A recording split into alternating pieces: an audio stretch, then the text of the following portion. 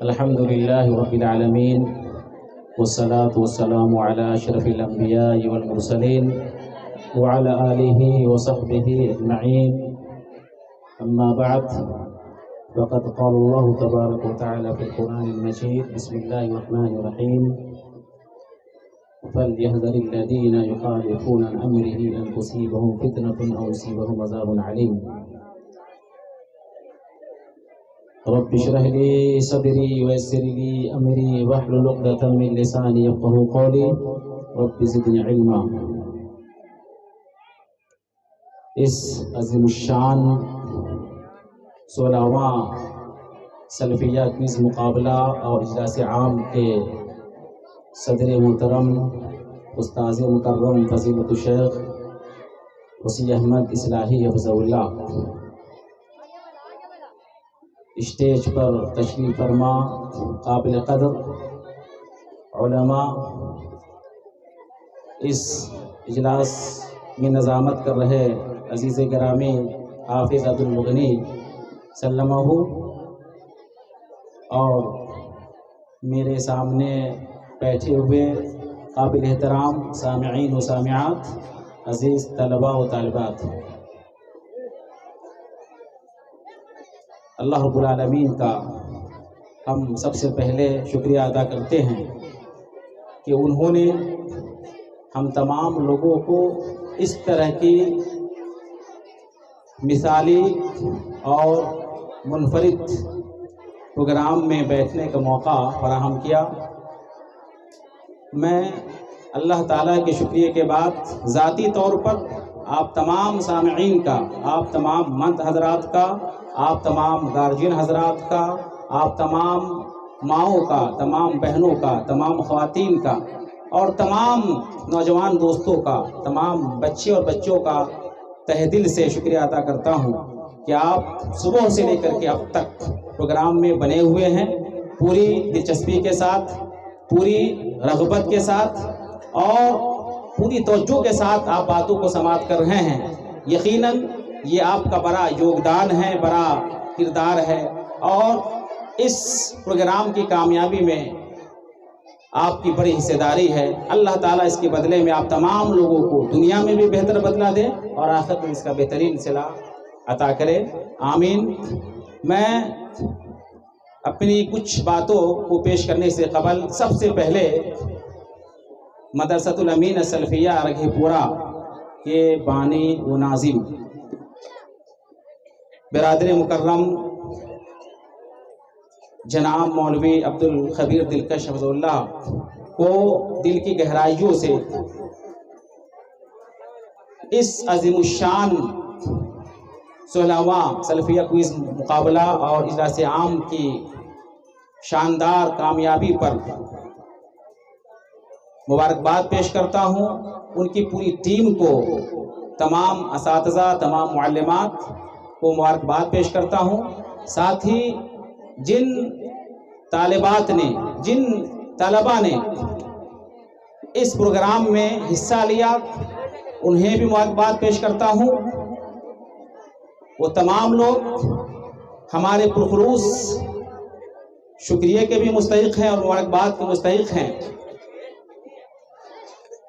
جیسا کہ آپ تمام کو معلوم ہے کہ یہ عظیم الشان پروگرام ملک عزیز ہندوستان کی 76ویں گنتنتر دیوس یعنی یوم جمہوریہ کی مناسبت سے منعقد ہوا ہے۔ اس بارے میں بھی ہمیں کچھ معلوم ہونا چاہیے، کچھ جانکاری ہونی چاہیے۔ آج کا جو یہ دن ہے وہ ہم تمام دیش واسیوں کے لیے، تمام ہندوستان کے باشندوں کے لیے، ہر شہری کے لیے، ہر ہندوستانی کے لیے، ہر بھارتی کے لیے تاریخی دن ہے۔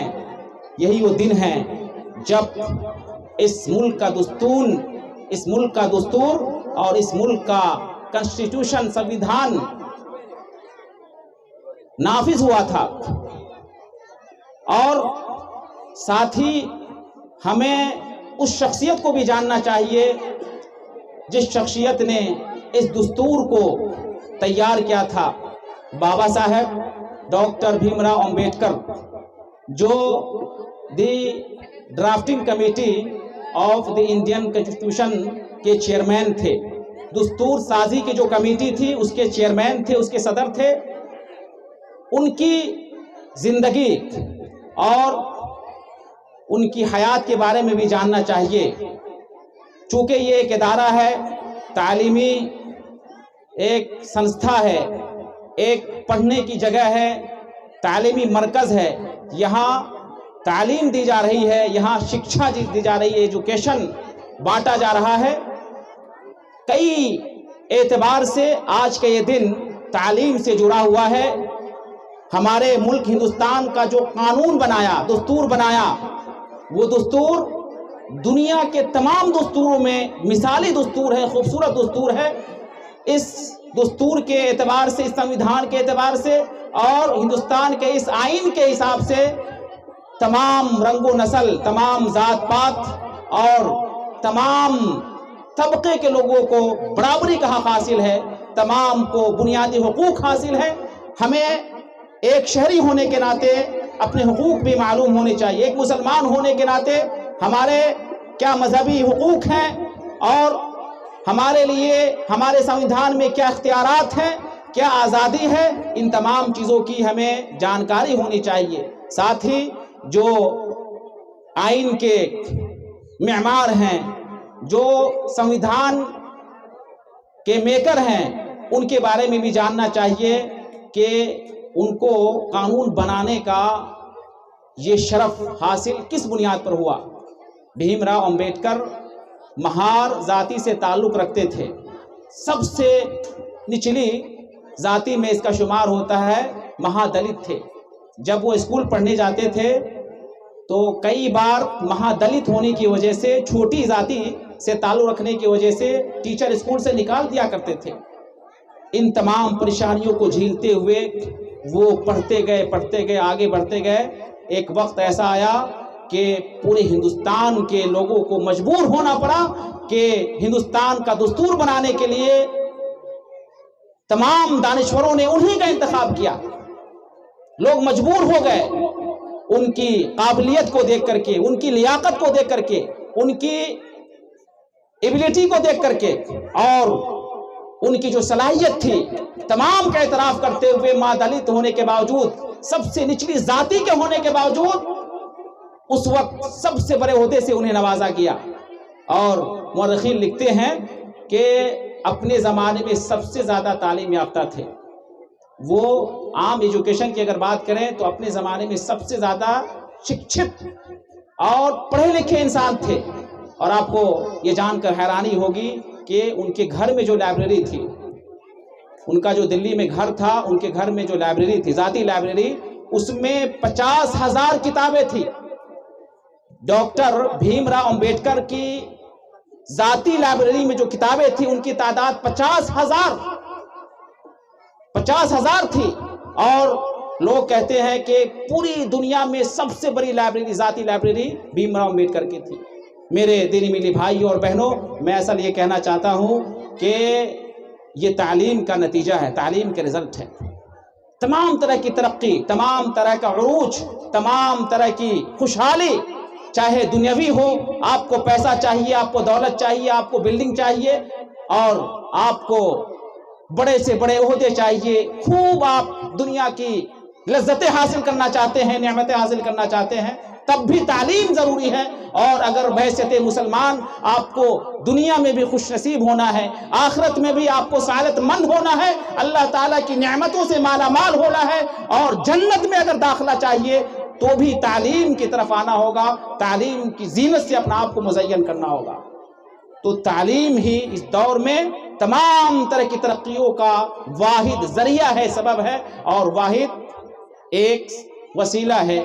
علامہ اقبال کہتے ہیں کہ اس دور میں تعلیم ہے امراض ملت کی دوا، ہے تعلیم خون فاسد کے لیے میس نیشتر۔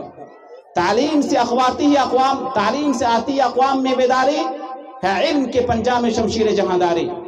علم ہے تو دنیا آپ کی مٹھی میں ہے، علم نہیں ہے تو آپ کنگال رہیں گے، آپ مفلس الحال رہیں گے، آپ پریشان حال رہیں گے اور در در کے ٹھوکریں کھائیں گے۔ آپ محنت کر کے پیسہ زیادہ نہیں کما سکتے ہیں، آپ بغیر پڑھے لکھے آپ بہت زیادہ خوشحالی نہیں حاصل کر سکتے، ترقی حاصل نہیں کر سکتے ہیں۔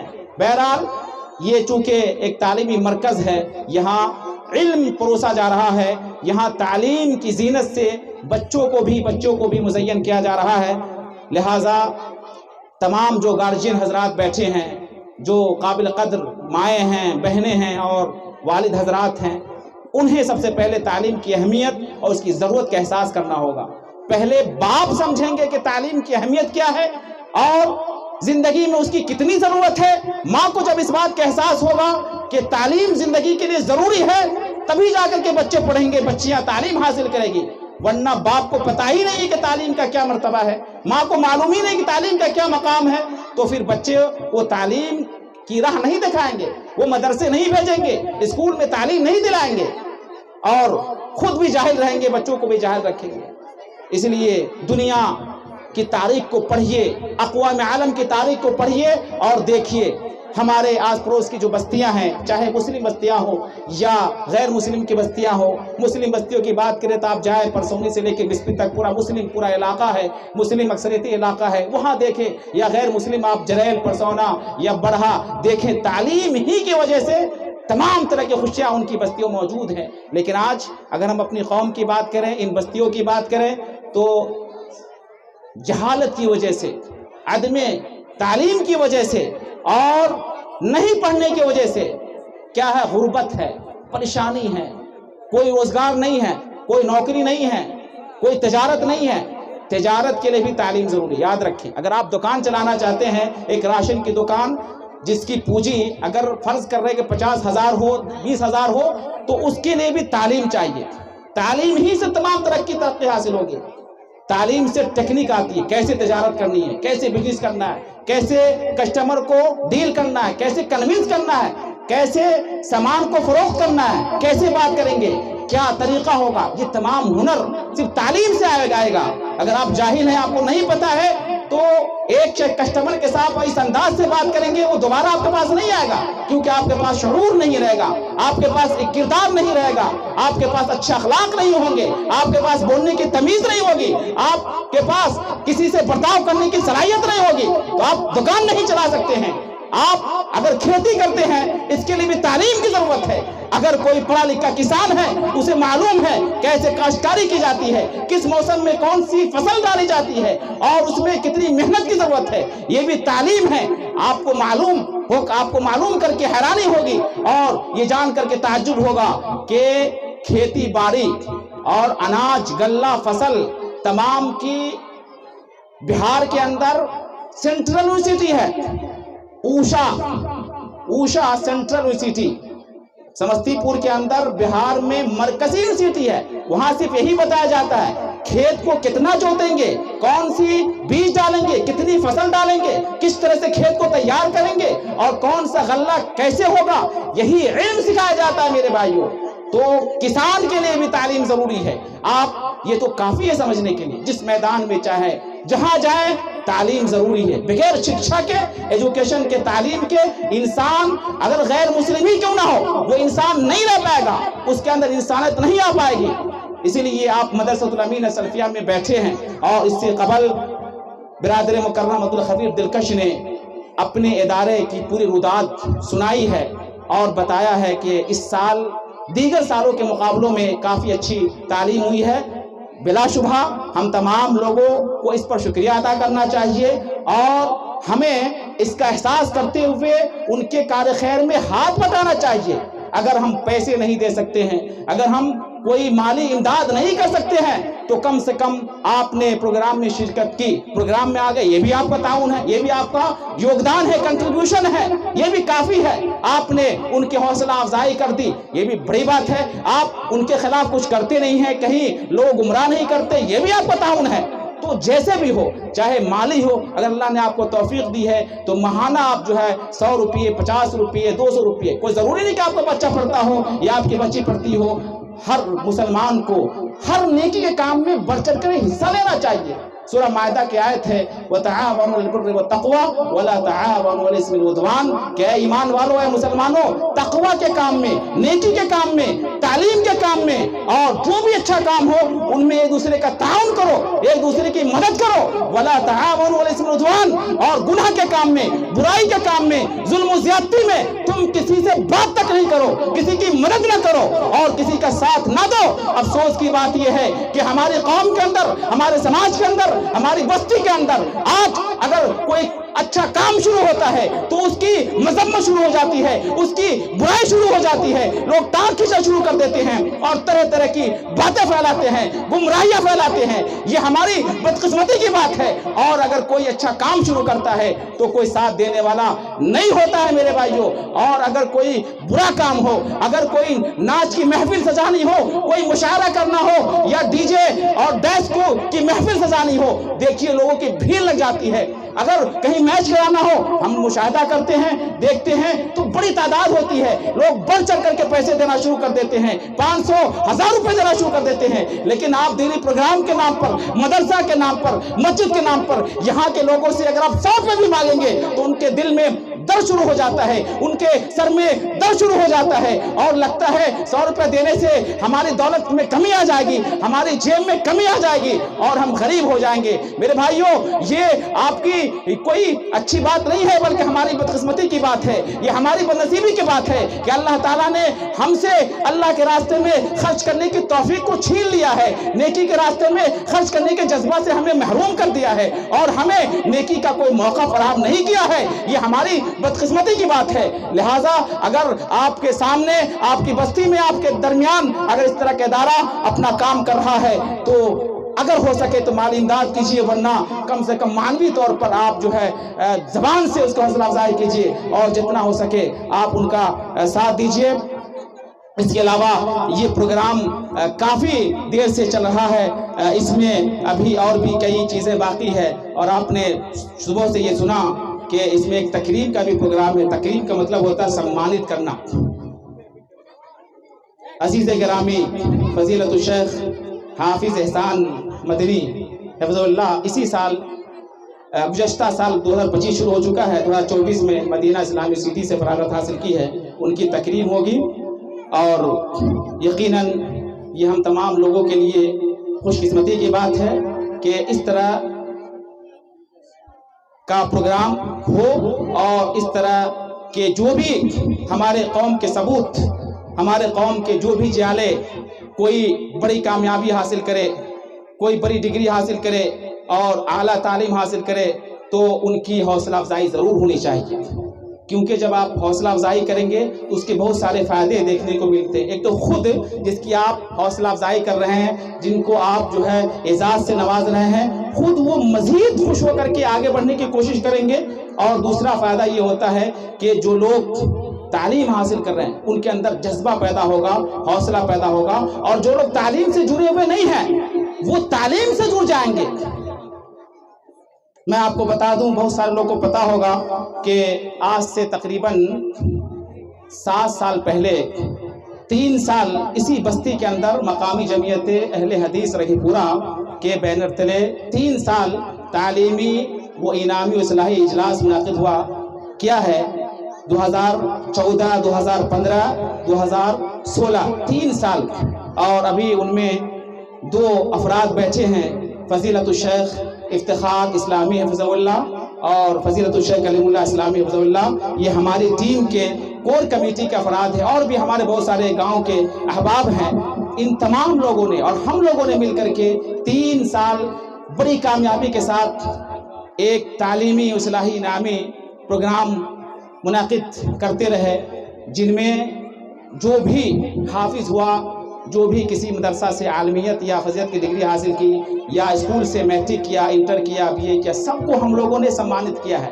اور لوگوں نے دیکھا ہوگا کچھ پیسے ہدیے کی شکل میں دیے، ڈائری، قلم اور بھی دیگر ہدیوں سے ہم لوگوں نے نوازا، اور پھر بچوں اور بچیوں کا تقریری انعامی مقابلہ ہوتا تھا، جو بچے مدرسے میں پڑھ رہے ہوتے اور اسکول وغیرہ میں جو بھی انگریزی زبان میں، اردو زبان میں، عربی زبان میں، ہندی زبان، 4 زبانوں میں تقریریں ہوتی تھی اور بچے بڑھ چڑھ کر کے حصہ لیتے تھے، بچیاں بھی، اور جو پوزیشن یافتہ ہوتے انہیں موٹی رقم انعام کے طور پر دی جاتی تھی۔ اس کا بڑا فائدہ دیکھنے کو ملا کہ چاہے خدیجہ کبریٰ مجھورہ ہو یا جھونجھی کٹیا ہو یا دیگر اداروں میں بچیاں پڑھنا شروع کر دی اور ایک ماحول بن گیا تھا، اور الحمدللہ وہ سلسلہ جاری ہے۔ لیکن پچھلے کئی سالوں سے تکریم کا، سمانت کا سلسلہ بند تھا، لیکن ہمارے کچھ معزز علماء کرام نے یہ فیصلہ کیا ہے کہ اس سلسلہ کو جاری کیا جائے، خاص طور سے فضیلت الشیخ افتخار اسلامی صاحب، کلیم اللہ اسلامی صاحب، اور جو دور کے علماء ہیں، آپ کو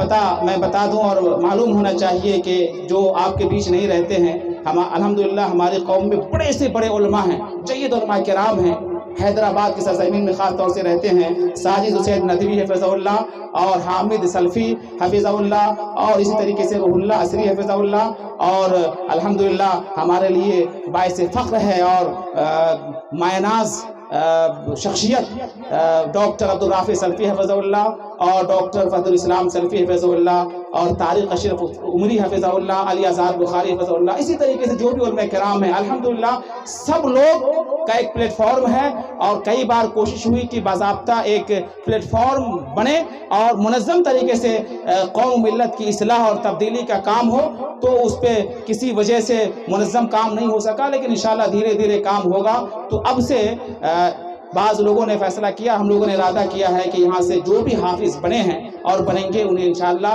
اعزاز سے نوازا جائے گا، اور جو بھی فارغین ہیں اور جو بھی میٹرک انٹر کرتے ہیں انشاءاللہ دھیرے دھیرے انشاءاللہ اعزاز سے نوازیں گے۔ اور آج کی محفل میں دو خوش قسمت لوگوں کو ہم لوگ سمانت کریں گے، جن میں احسان مدنی حفظہ اللہ ہے اور کاشف عزیزم کاشف بدر عالم، جنہوں نے بس کل حفظ مکمل کیا ہے۔ تو چونکہ یہ دونوں ابھی یہاں ہیں تو انہیں سمانت کیا جائے گا، باقی جو لوگ ہیں ایک لسٹنگ کر کے اور منظم طریقے سے انشاءاللہ ان کو اعزاز سے نوازا جائے گا۔ بہرحال تو ہم تمام لوگوں کو اس پروگرام میں شریک ہو کر کے خوش نصیبی کا احساس کرنا چاہیے۔ باتیں بہت ساری ہے، میں نے خطبہ مسنونہ کے بعد ایک آیت پڑھی تھی، ایک موضوع کے تحت مجھے چند منٹ بولنا ہے، میں آپ کی اجازت چاہوں گا اور معذرت کروں گا۔ استاذ محترم جو صدر اجلاس ہیں فضیلت الشیخ وسیع احمد اصلاحی حفظہ اللہ نے مجھے جو چند دن پہلے فون کر کے کہا کہ عزیزم ایک موضوع جس کی ابھی ضرورت محسوس کی جا رہی ہے، جنازہ کے احکام مسائل آپ بتائیے۔ اور یہ جو مسئلہ ہے واقعی بہت اہم ہے، بہت حساس ہے، اس کے بہت سارے مسائل ہیں۔ میں 3 پہلو کو آپ کے سامنے مختصر پر بیان کروں گا اور اب میں اپنی جگہ لوں گا۔ یہ جو جنازہ کے مسائل ہیں ہر مسلمان کو سمجھنے کی ضرورت ہے۔ ابھی چند دن قبل ہم نے کتاب الجنائز ختم کی ہے، اولا فضیلہ یعنی 8ویں جماعت میں فقہ کی کتاب پڑھائی جاتی ہے، اس میں ایک پورا ٹاپک ہے، موضوع ہے کتاب الجنائز۔ تو اللہ کے شکر سے ہم نے اس کو ابھی پڑھایا ہے۔ تو یہ جو کتاب الجنائز ہے، جنائز کے جو مسائل اور احکام ہیں، ان میں بہت ساری باتیں ہیں، بس 3 اہم چیزوں کو جن سے ہم لوگ 2-4 ہوتے ہیں بیان کریں گے۔ ان میں ایک چیز ہے میت کو وقت پہ دفنانا، پہلا جو نقطہ ہے، پوائنٹ ہے، میت کو وقت پہ دفنانا۔ میں اپنے تمام سامعین سے، سامعات سے، ماں اور بہنوں سے اور اپنے بزرگ نوجوان دوستوں سے گزارش کروں گا کہ بس سکون کے ساتھ بیٹھے، اور مختصر میں انشاءاللہ اپنی بات رکھوں گا۔ جو بچے ہنگامہ کر رہے ہیں وہ خاموش ہو جائیں، باتوں کو غور سے سنیں۔ اے بچے خاموشی کے ساتھ آپ لوگ بات سنیں، ہنگامہ نہ کیجیے۔ ہم تمام لوگ مسلمان ہیں، اس حیثیت سے ہماری زندگی کا ہر عمل، ہماری زندگی کا ہر کام اسلام کے مطابق ہونا چاہیے۔ اور اسلام کیا ہے؟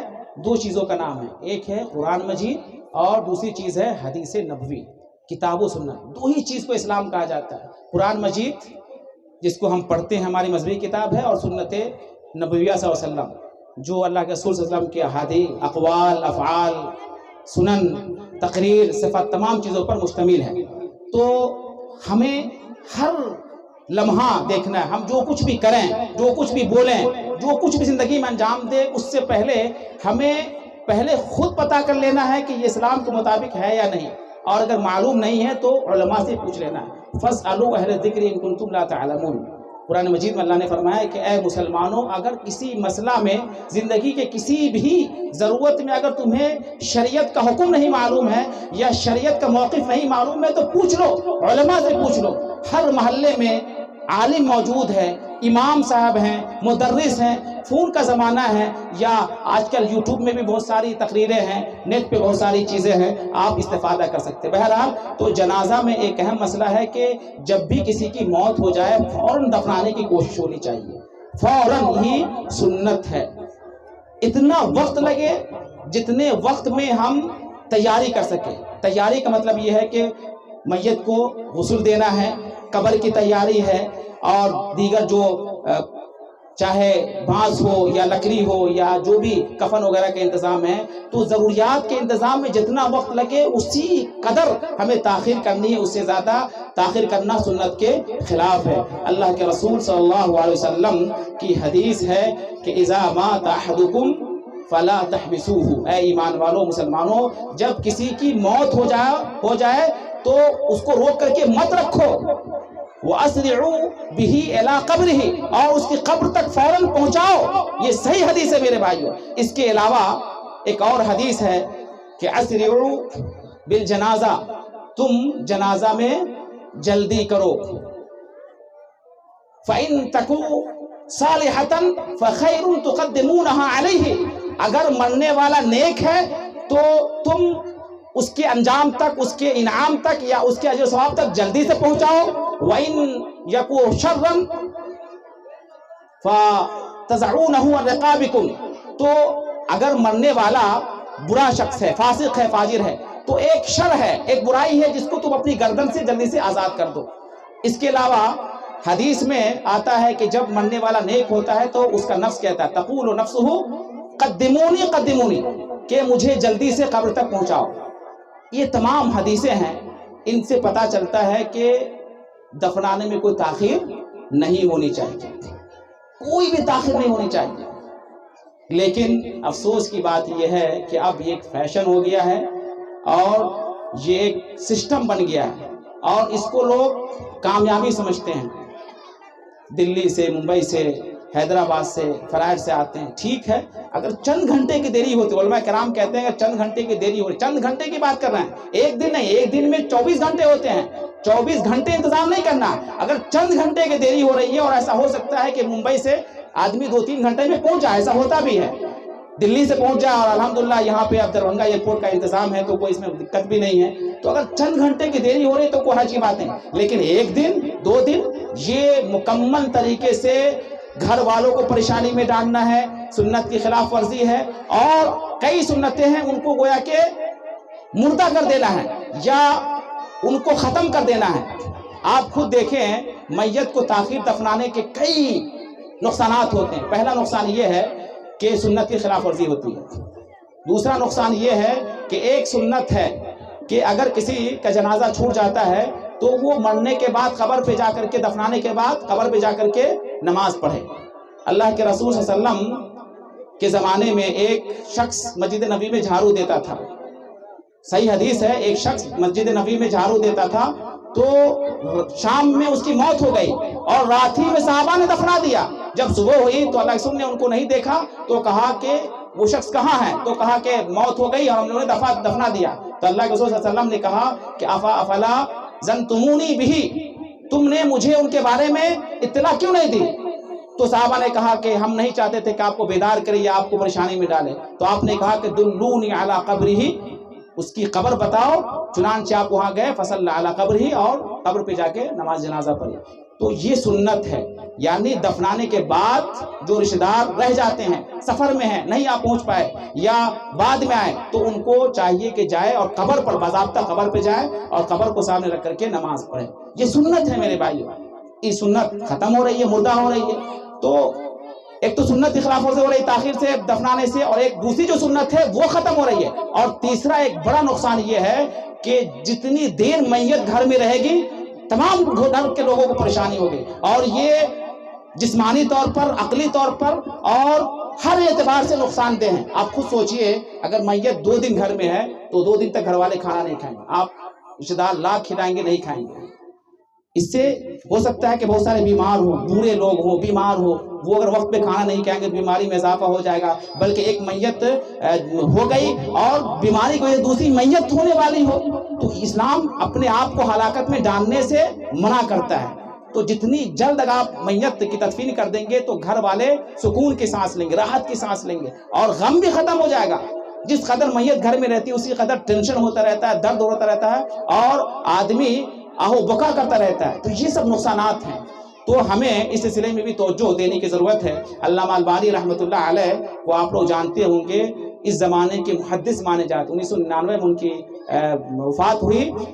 انہوں نے وصیت کی تھی، محدث مانا جاتا ہے، یعنی حدیث صحیح ہے یا ضعیف ہے اس کا فیصلہ کرنے والے علامہ البانی رحمۃ اللہ علیہ، لوگ انہی کا حکم پیش کرتے ہیں اور انہی سے رجوع کرتے ہیں۔ تو جب ان کی وفات ہو گئی انہوں نے وصیت کی تھی کہ میری تدفین بہت جلدی ہو جانی چاہیے، تو مغرب سے پہلے وفات ہوئی اور عشاء کے وقت دفن کر دیا گیا، 2-3 گھنٹے میں دفن کر دیا گیا۔ اللہ اکبر۔ ان کے بیٹے جنازہ میں شریک نہیں ہو سکے، حالانکہ قریب میں تھے، آ سکتے تھے، لیکن وصیت کے مطابق ان کو دفنا دیا گیا۔ اور صحابہ کرام، اور ابھی میں نے جو حدیث پیش کی کہ رات ہی میں وفات ہوئی، رات ہی میں دفنا دیا گیا، اللہ کے رسول کو پتہ تک نہیں چلا، صبح ہونے کا انتظار بھی نہیں کیا۔ یہ ساری چیزیں ہمارے سامنے موجود ہے، مثال حدیث ہے، تو ہمیں اس جانب توجہ دینے کی ضرورت ہے۔ اور بڑے دکھ کی بات ہے کہ ہم زندگی میں کوئی خبر گیری نہیں کرتے۔ یہ بھی بہت بڑی تلخ حقیقت ہے کہ زندگی میں ہم خبر نہیں لیتے کہ ہمارے چچا کیسے ہیں، ہمارے بھائی کیسے ہیں، ہماری والدہ کیسی ہے، ہمارے باپ کیسے ہیں، لیکن موت ہو جائے گی، زندگی میں بات نہیں ہوئی، لیکن جنازہ میں شریک ہونے کے لیے حیدرآباد سے آئیں گے، ممبئی سے آئیں گے، دلی سے آئیں گے۔ یقیناً یہ ہماری حماقت ہے، ہماری بیوقوفی ہے اور بددینی ہے اور بدقسمتی کی بات ہے۔ اور یہ بھی آپ لوگ جان لیجئے کہ اگر مرض کی حالت میں، بیماری کی حالت میں اگر آپ 2 منٹ بھی ٹائم دیتے ہیں تو یہ ثواب کا کام ہے اور یہ بہت بڑی نیکی کی کام ہے، اور اس کے فضائل بیان کیے گئے ہیں۔ لیکن مرنے کے بعد اگر آپ جنازہ میں شریک ہوتے ہیں تو اتنا ثواب نہیں ملے گا میرے بھائیوں۔ فرض نماز کی کوئی فکر نہیں ہے، فجر، ظہر، عصر، مغرب کی کوئی فکر نہیں ہے، جمعہ کی کوئی فکر نہیں ہے، لیکن جنازہ کے لیے خوب پیسے خرچ کر کے اور کئی دن میت کو رکھ کر کے ہم اس میں شریک ہوتے ہیں۔ تو یہ